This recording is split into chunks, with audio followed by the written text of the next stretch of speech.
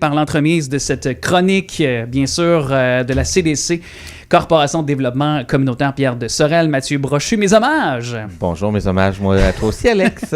Et Dominique Gosselin, qui est coordonnateur d'Action Logement chez nous. Salut Dominique. Bonjour, bonjour. Merci d'être avec nous.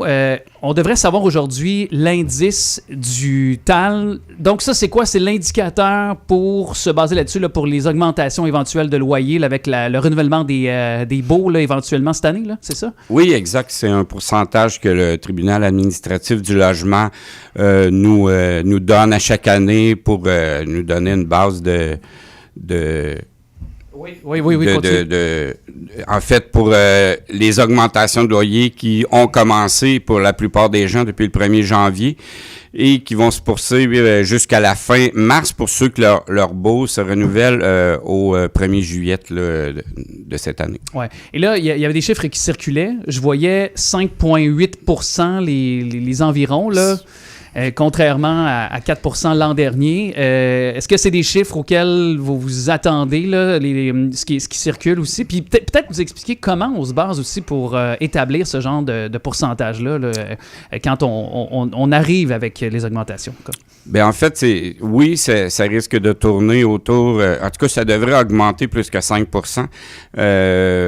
Évidemment, ces chiffres-là sont basés sur les augmentations permises de base, donc sur l'augmentation des comptes de taxes scolaires et municipales, entre autres, et des dépenses d'exploitation d'immeubles. Ce qui est un peu difficile, c'est quand on fait le calcul, on n'a pas le prix des assurances qui a augmenté pour le propriétaire, tous les autres chiffres là, qui sont pas obligés de remettre au locataire. Fait que c'est toujours un approximatif. C'est quand même difficile de faire un chiffre exact, mais on a une bonne idée quand même là, du montant là, qui serait permis. Qui serait permis aussi. Et c'est toujours possible. Une chose qui n'a pas changé malgré le projet de loi 31. Je t'ai souvent entendu pointer du doigt plusieurs choses de ce projet de loi qui a été mis de l'avant par, bien sûr, le gouvernement Legault. Mais il y a une chose qui ne change pas, c'est que on peut faire valoir ses droits en tant que locataire si jamais on juge que cette augmentation est infondée finalement. Là. Oui, exact.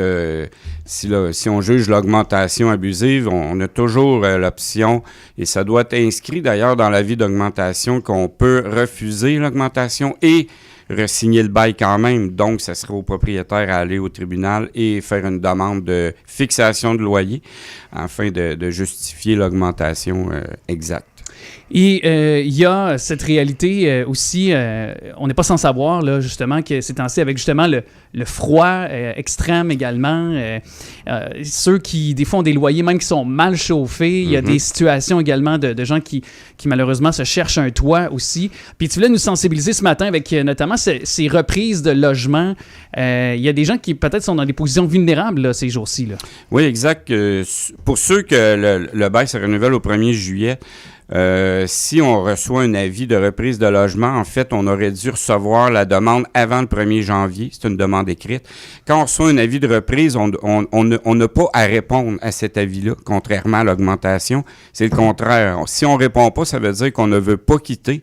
Donc, c'est au propriétaire, au locataire de faire la démarche au tribunal pour justifier que la reprise est légale et qu'ils ont le droit de l'effectuer. Donc, c'est pas un automatisme. Pas parce que le propriétaire il dit « je reprends le logement » que ça se fait comme ça. Il y a des démarches à faire, oui. Ouais. Parce que souvent, certains connaissent pas nécessairement la loi pour les locataires, se sentent un peu démunis ou peut-être subissent une pression également. Ça peut être ça de la part des propriétaires dans certains cas. Je dis pas que c'est toujours le cas. Là. Non, c'est ça. Malheureusement, c'est ça. Comme il a été utilisé abusivement, maintenant, ceux qui n'ont vraiment de besoin, ben, on a toujours un doute à savoir si c'est vraiment la bonne façon de procéder pour reprendre un logement.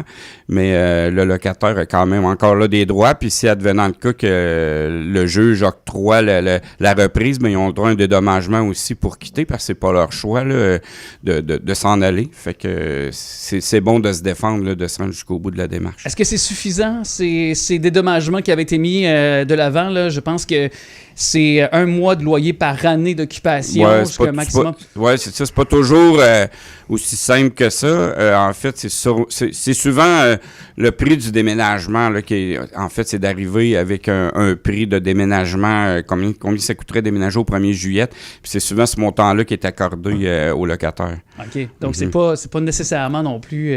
puis souvent, il peut y avoir une entente aussi entre tu sais, sans aller aussi loin que devant le tribunal, devant le TAL, il y a des fois des ententes qui peuvent être faites avec le locataire et le propriétaire. C'est toujours préférable qu'il y ait des ententes avant d'aller au tribunal. Ça désengage, mais en même temps, c'est pas toujours facile de bien négocier pour les locataires qui connaissent pas leurs droits. Oui, aussi. Et c'est pour ça que vous êtes là, justement, Action Logement chez nous.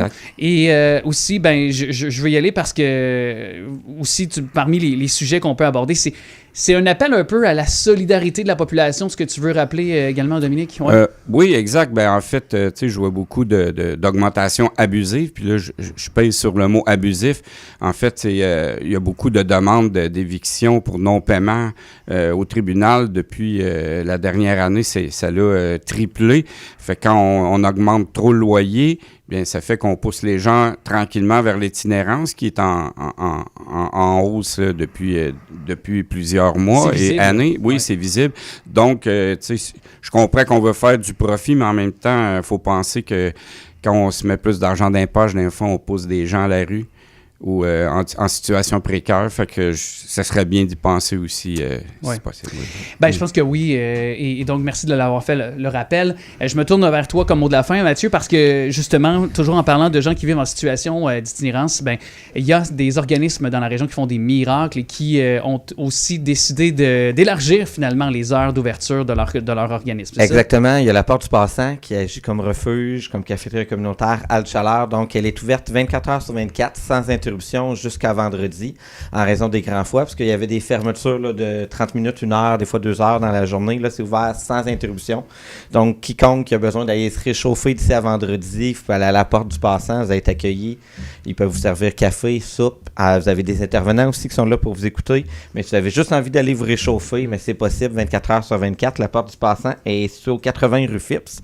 Puis si vous voyez des gens là, en situation d'itinérance dans la rue, ben, si vous avez été capable d'avoir une approche avec eux, mais vous pouvez leur parler de la Porte du Passant, qui peuvent aller se réchauffer s'ils en ressentent le besoin. Oui, puis même des fois, je reviens avec ça, mais des fois, c'est des gens qui habitent un appartement, mais qui est mal isolé. Je veux dire, il y en a qui sont tellement mal isolés, qui sont vieux, puis on a froid. Aller dans les endroits publics, moi je pense, tu sais, bibliothèque ou autre, se chauffer, la Porte du Passant, tu l'as nommé, mais n'hésitez pas à le faire quand vous avez la possibilité de vous déplacer.